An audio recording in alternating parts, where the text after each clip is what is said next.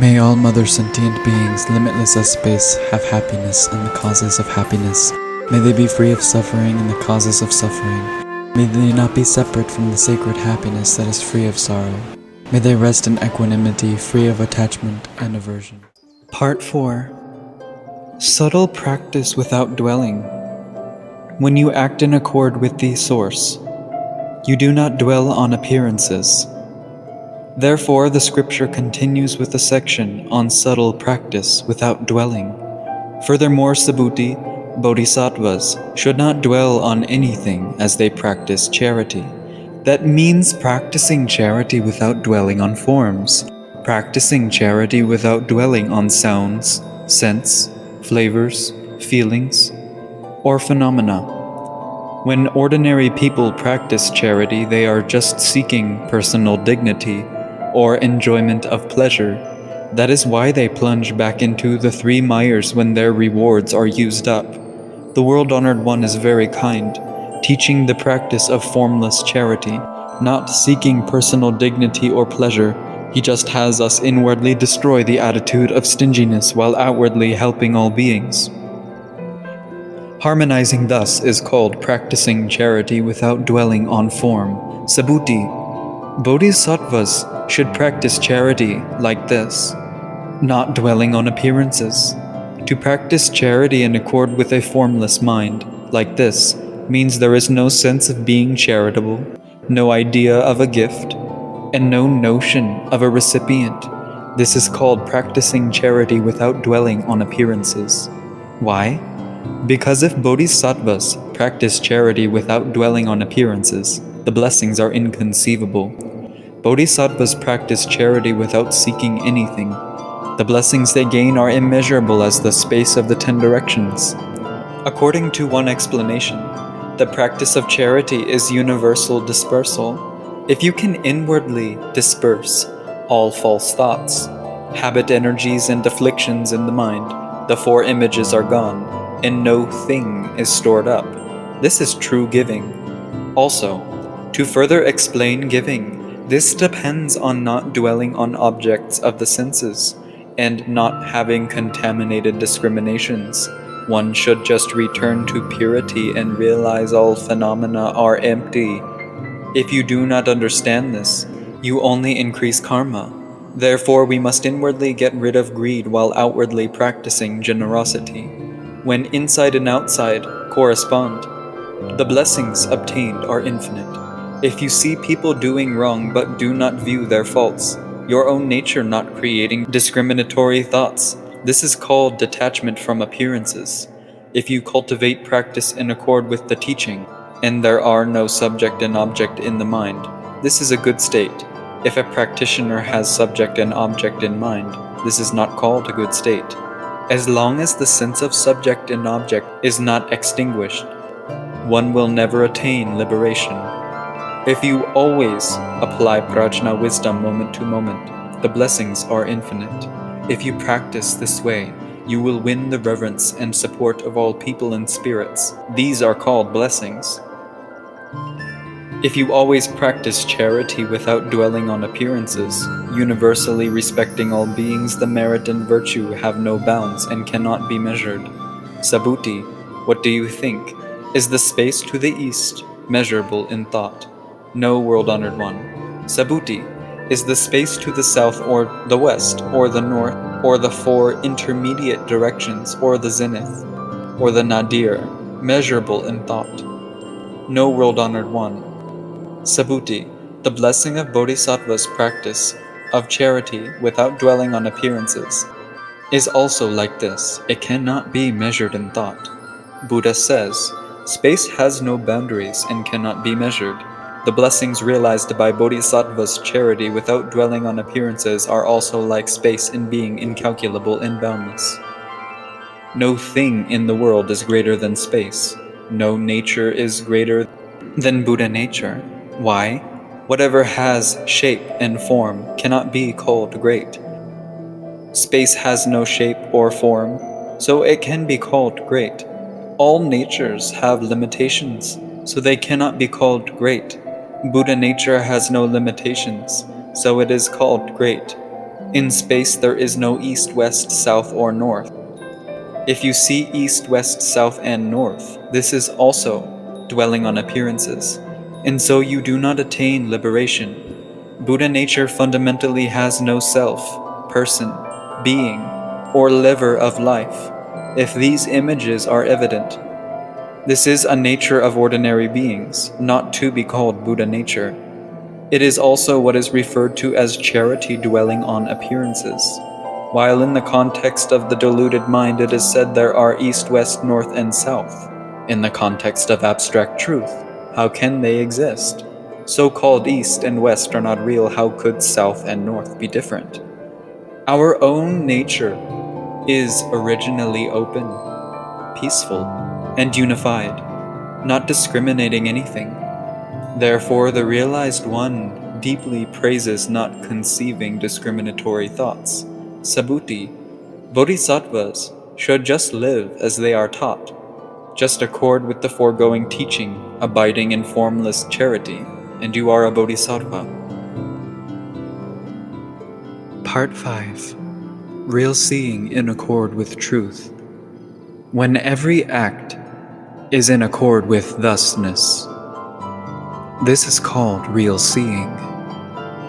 Therefore, the sutra continues with a section on real seeing in accord with truth. Subhuti, what do you think?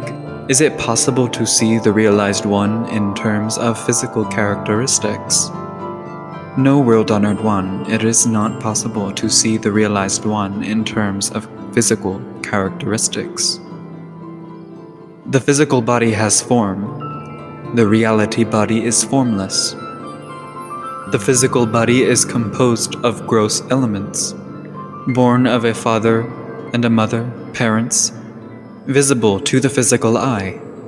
The reality body has no discrete shape, no color, no appearance whatsoever.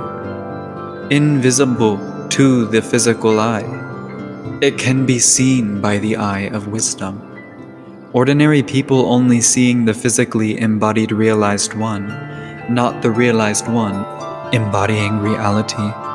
Ordinary people only see the physically embodied realized one, not the realized one embodying reality. The embodiment of the reality body is equal to space. That is why Buddha asks Subhuti whether it is possible to see the realized one in terms of physical appearance. Subhuti knows that ordinary people see only the physically embodied realized one, not the realized one embodying reality. Therefore, he replies that it is not possible to see the realized one in terms of physical characteristics. Why? Because physical characteristics explained by the realized one are not physical characteristics. The physical body consists of characteristics. The reality body is essence. All good and bad comes from the physical body, not from the reality body. If the physical body does evil, the reality body is not regenerated in good states. If the physical body does good, the reality body does not fall into bad states. Ordinary people, only seeing the physical body and not seeing the reality body, cannot practice charity without dwelling on appearances, cannot practice impartial behavior in all situations, and cannot universally respect all beings.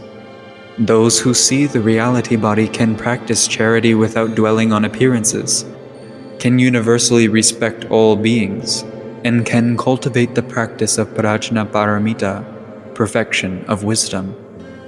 Then they truly believe that all beings have the same one true essence, fundamentally pure and unpolluted, with countless functions. The Buddha said to Subhuti, "All appearances are illusory. If you see that appearances are not characteristics, then you see the realized one."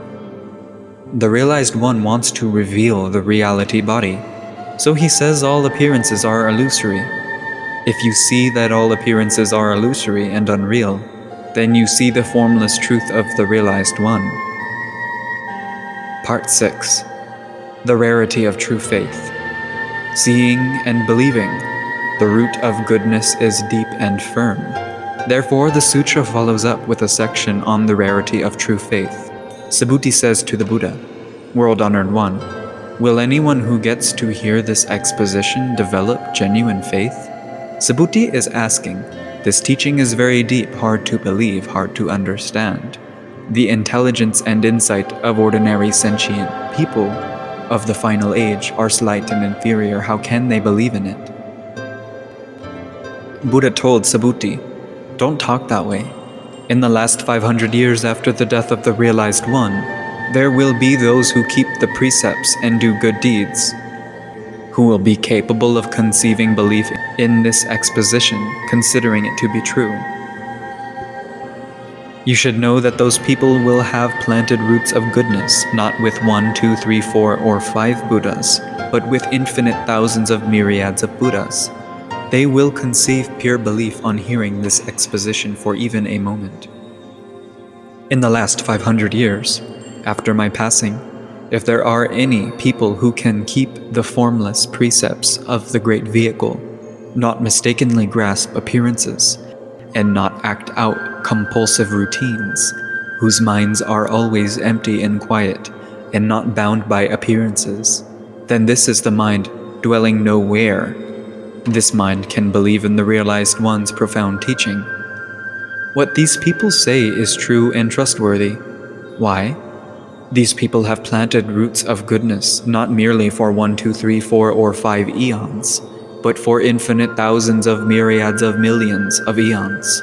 For this reason, the realized one says, in the last 500 years after my death, if there are those who can cultivate their conduct detached from appearances, you should know these people have planted roots of goodness, not merely with 1, 2, 3, 4, or 5 Buddhas. What does planting roots of goodness mean? It may briefly be set forth as follows. It means wholeheartedly supporting the Buddhas and following their teachings while always being respectful and obedient to bodhisattvas, spiritual friends, teachers, parents, old folks, experienced worthies, and venerable elders. This is called planting roots of goodness, to develop an attitude of mercy and compassion toward all beings, suffering because of craving, not conceiving disdain for them, giving them what they need according to one's ability. This is called planting roots of goodness, to be gentle and tolerant with all harmful types, treating them affably and not provoking them, causing them to develop a sense of joy, and stop being stubbornly perverse. This is called planting roots of goodness, not killing or harming living beings, not cheating and not despising them, not defaming and not disgracing them, not riding or beating them, not eating their flesh, always acting to their benefit. This is called planting roots of goodness. As for belief, this means believing that Prajna Paramita can eliminate all afflictions, believing that Prajna Paramita can perfect all transmundane virtues, believing that Prajna Paramita can produce all Buddhas, believing that the Buddha nature in your own body is originally pure without defilement, equal to the Buddha nature of the Buddhas, believing that all types of beings are originally formless, believing that all beings can attain Buddhahood. This is called pure belief. Subhuti, the realized one, knows and sees all those beings attaining infinite blessings this way. Why? These beings have no more image of self, image of person, image of being, or image of a liver of life. They have no image of truth and no image of non-truth either.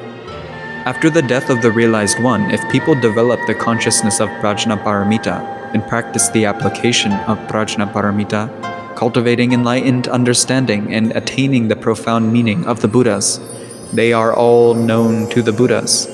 If people hear the teaching of the higher vehicle and accept and keep it wholeheartedly, then they are able to practice the formless, non-obsessive application of Prajna Paramita utterly without the 4 images of self, person, being, and liver of life. No self means no matter, sensation, conception, conditioning, or consciousness. No person means understanding the gross elements are not substantial and ultimately disintegrate. No being means no mind being born and dying. No liver of life means our bodies are originally non-existent. How can there be a liver of life? Once the four images are gone, the objective eye is thoroughly clear, not attached to existence or non-existence, detached from both extremes. The realized one of your own mind realizes itself and awakens itself forever, detaching from mundane toils and errant thoughts, naturally attaining blessings without bound. To say that there is no image of truth means being detached from labels and beyond appearances, not trapped in words. To say that there is no image of non-truth either means it cannot be said there is no truth to prajna paramita. If you say there is no truth to prajna paramita, this is repudiating the teaching. Why?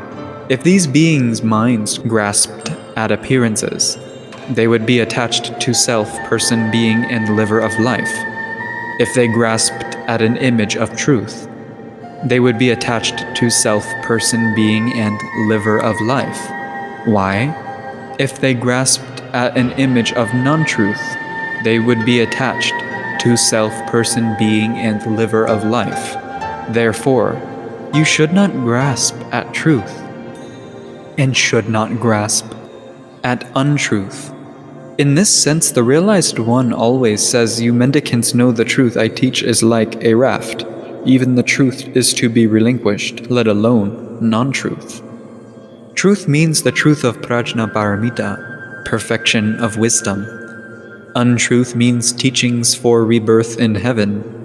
The truth of prajna paramita can enable all beings to cross the ocean of birth and death. Once they have crossed over, they should not dwell on it, much less get obsessed with teachings for rebirth in heaven. Part 7.